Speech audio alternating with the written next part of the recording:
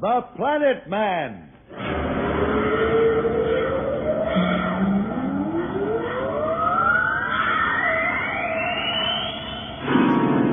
The Planet Man.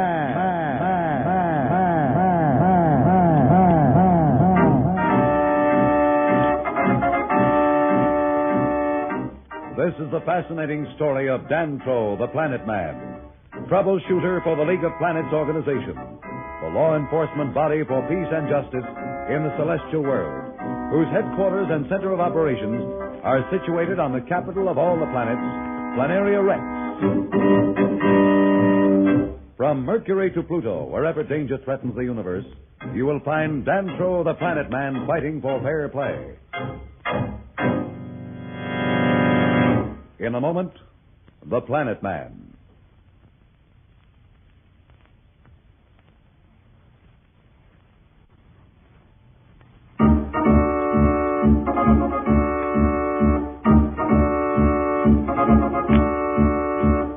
Slats and Dantro, in their search for the ancient race whose machines had given Marston control of the solar system, had just reached the area of the galaxy near Alpha Centauri. Their one hope was to find the ancient race in time to enlist its help against Marston. Wow, I don't think I'll ever get used to this astral drive. Say, is that Alpha Centauri? Yeah, that's right. Looks like the sun to me. Well, it's really all it is. That's all its stars are. Our problem is to find out first if it has any planets and then check and see if any of them are inhabited. Can't see anything at all. Well, we'll use the detector.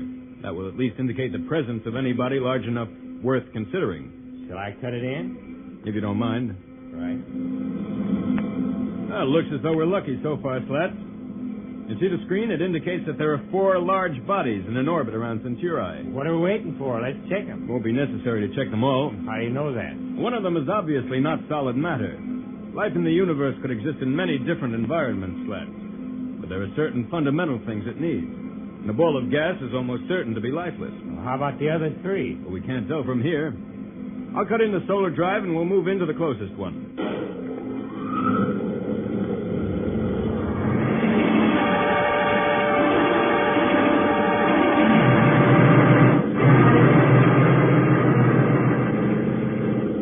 Will we be there soon? In a few moments now.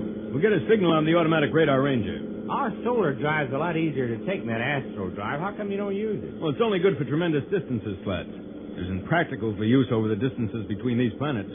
That's why we call it the astral drive. There it is up ahead. How close are we going to come to it? Oh, a million miles should be close enough. From there, our instruments should pick up any signs of habitation. Oh, we're close enough now. Can I help? No, the instruments are automatic. All I have to do now is to activate them. I don't see any dials or anything. No, we'll read the answer on that tape from the Celestivac calculator. Oh, here it comes now. What does it say? I guess we can rule that planet out. It's completely barren of any signs of life at all. I don't get it. What kind of instruments could register anything from this distance? Well, to put it in simple terms, Slats, the master calculator integrates all space evidence and gives us the final conclusion on tape. That's what I have here. And the indication is definitely negative. Boy, that's quite a gadget. It gives you the answer just like that, huh? Well, it's not always the answer you hope for. You didn't really think that the first planet we try would be the one we wanted, did you? No, I guess you're right, but I was kind of hoping. After all, when I think of Marston running things back in the solar system, it makes me awful impatient. I don't blame you, Slats. I don't want to waste a minute myself, but unless we can find allies against him that are sufficiently powerful, there's no point in going back. Don't misunderstand me. I'm with you all the way. Well, we better try another planet. You're running this clam bake. Let's go.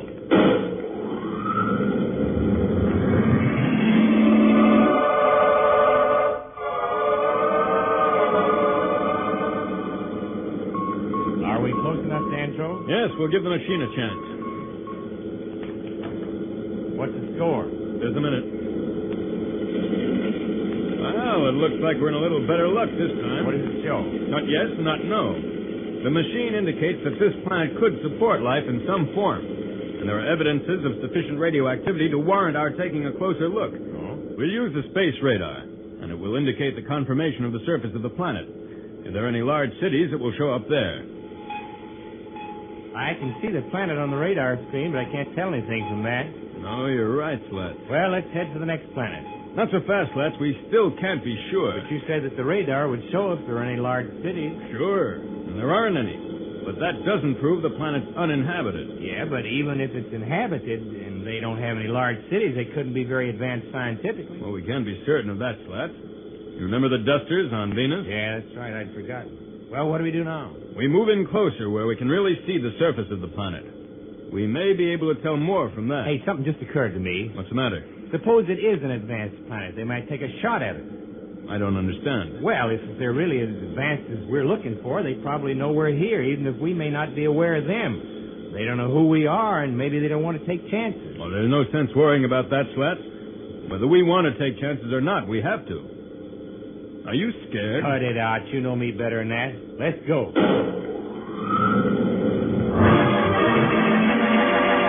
Danto and Slats really have a search job ahead of them. Will this body they are now investigating turn out to be the one they are seeking? We'll be back in a moment. So level up.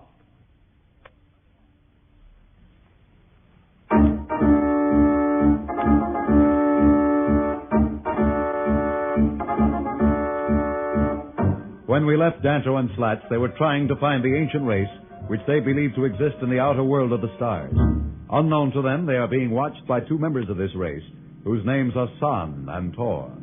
What are you watching for, Tor? I've been observing that ship near the second planet of that star. I've been watching them too. What are they? Do you know? Yes, I've entered their minds enough to know. They're searching for the ancient race that passed this way many cycles ago. They'll not find them there, nor for that matter in this sector of the galaxy. No, but they must seek them out. What do they want? They want our help, son. Their planetary system is in trouble, and they can't deal with the problem themselves. You're not going to help them, are you, Tor? I don't know. It would be amusing to enter into their petty squabbles. But our race agreed, since the time when our ancestors were forced to destroy a sector of the universe, that we would not meddle in the affairs of the planet dwellers unless great importance was involved. That is true. But we dwellers in space have a responsibility. We must also prevent the emergence of the forces of evil. For if we don't, eventually they may threaten our own existence. But how can you judge who is evil and who is good? We will watch them, and we will tell. Their actions will betray them if they are evil. Besides, I'm bored with watching the drama of the galaxy from a distance.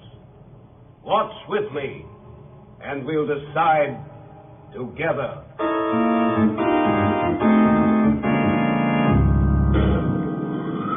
How come we're in so close to this planet? I have a hunch, Slats, and I think we're going to have better luck this time. Well, at least there's something to see. Looks to me like it's some kind of continents and oceans of some sort. That's just what it is. We going to land? Not until we check with our instruments. All right, let's try it. Right. What's the dope? Well, it's a little different from our kind of world, but still the instruments indicate some very positive factors. You mean it's inhabited? Well, I would say from the tape that there's definitely life of some sort, and fairly advanced life at that. We'll move in about 100 miles from the surface. Perhaps we'll be able to tell more from a close-up.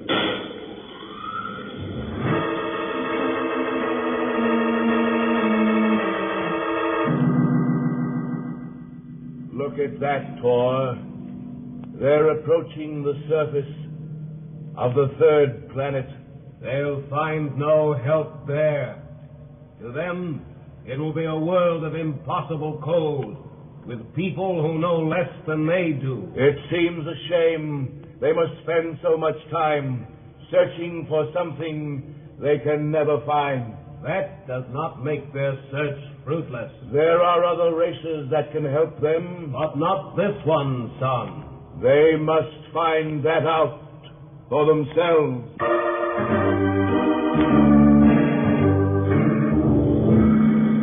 Gosh, look at that. The whole surface of the planet is like it's coated with silver. It's an immensely cold world. The surface temperatures are probably 100 degrees below anything we can imagine. Can't be anything alive down there. It'd be frozen solid. Life as we know it might be, Slats, but there's definitely some life where the instruments would indicate a negative response. We going in then? No, not right now at any rate. We'll just head for the closest sun. Perhaps we'll have better luck there. You mean we're going to have to use that astral drive again? Unless you want to spend 1,000 years aboard this ship. Thanks, that's all I need. Well, go ahead. Right. Here we go.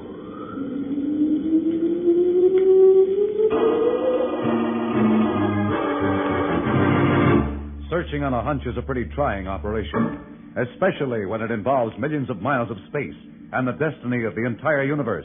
Will Slats and Tantro be successful, or must they return empty-handed to Planaria Rex and face the fury of Marston? We'll be back in a moment. But first, here is a message the Planet Man wants you to hear.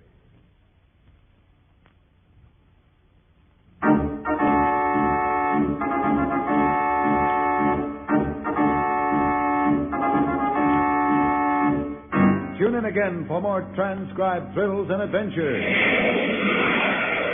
Rocket millions of light years into space with Dantro, the Planet Man. The Planet Man.